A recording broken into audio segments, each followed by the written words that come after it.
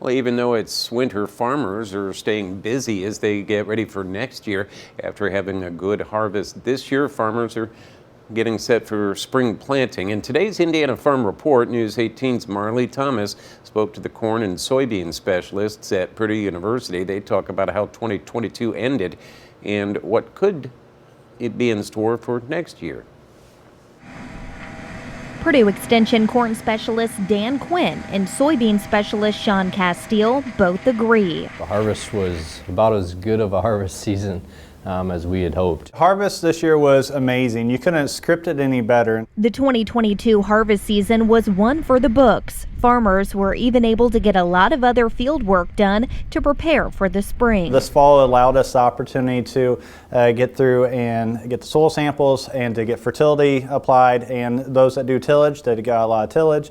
So at this point, well, hopefully that's all been done. Casteel says over the past few years, Indiana soybean yields have continued trending upwards, and that remained the case in 2022. We're at 60 bushel forecast for August and September, October, and then we kicked it back a tick to 59 bushels. So that's still right at state yield average or highest yield ever, and so it's quite good. For corn, Quinn says many farmers were pleasantly surprised with the yields. The most recent crop report was in November that came out, so Indiana was at 191 bushels per acre for corn.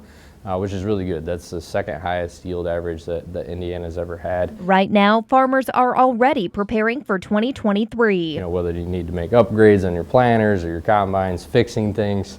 So just doing everything you can in terms of being able to set yourself up for the spring, getting everything ready. And part of that preparation includes reflecting back on what you learned in 2022.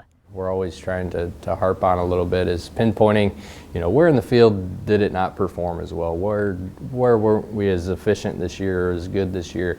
And how do we get better? In 2022, farmers dealt with a huge issue that impacted their decisions on the farm. You know, last year was the big worry.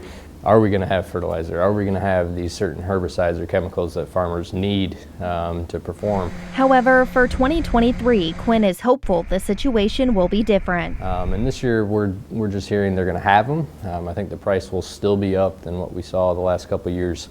But the good thing is that folks actually have them. In Tippecanoe County, Marley Thomas, News 18. And due to the dry conditions in Indiana, diseases were limited this year for corn and soybeans.